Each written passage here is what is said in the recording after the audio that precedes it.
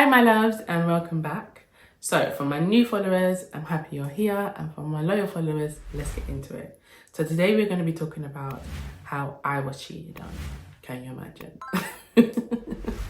So before we start, we always start by checking in with ourselves. So basically just asking ourselves how we are, how we're doing, how we felt, that day, and how we can, move forward in a positive way and what changes can be made. So let's get into it.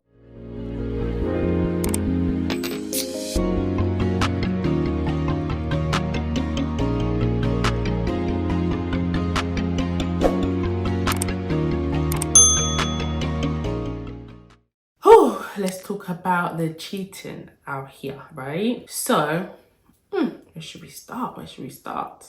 You know what it is? I want to start with, it's not even, obviously the cheating is the subject at hand, but it's how it affects women emotionally.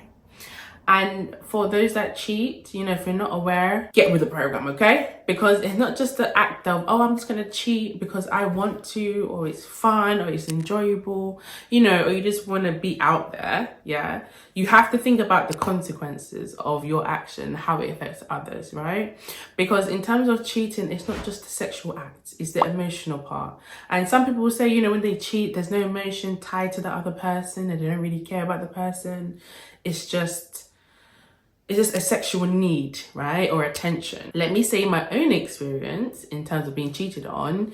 It affects me and probably other women out there, or men, in a way of not feeling worthy, not feeling good enough, maybe not feeling pretty enough, or you feel like, oh, they cheated because I'm not pretty, or I don't have the nicest body, or because I'm overweight, or, because I can't do certain things that they want me to do.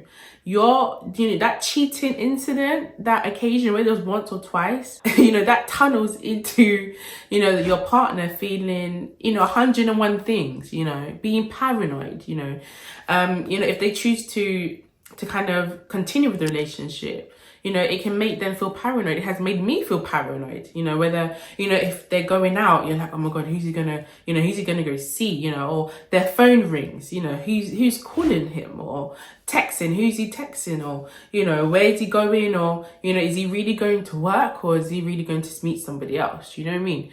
And you have those thoughts going in your mind, you start thinking about, when they were intimate with this other person, was that better? Maybe I'm not doing it right, or he doesn't enjoy it, that's why he's cheating.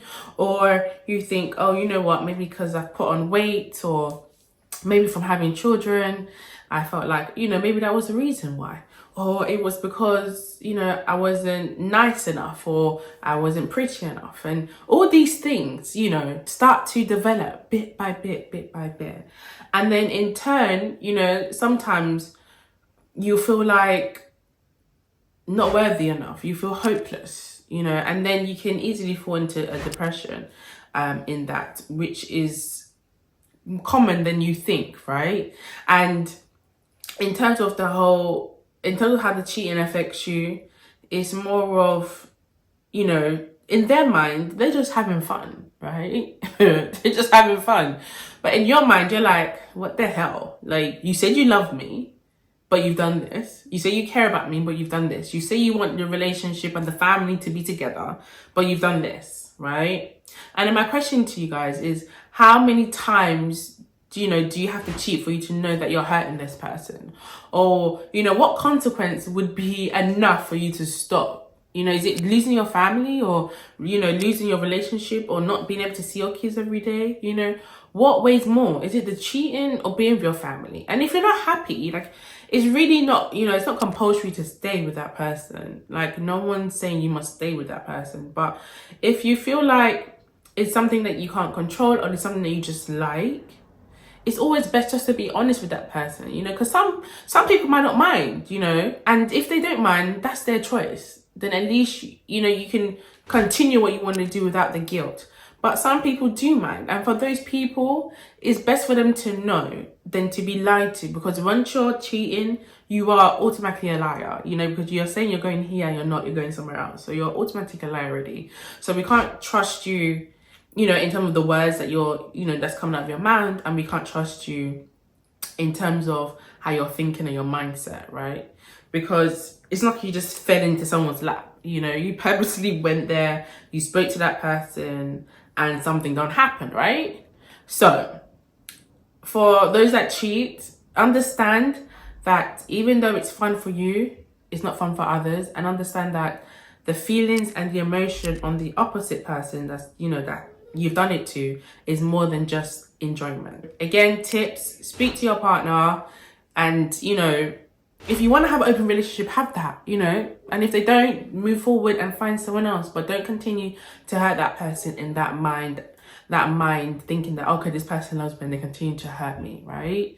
Think about the bigger picture. So I'll leave you with that, and hopefully that helps people out there. Again, if you want to share your story, let us know in the description below. Mwah.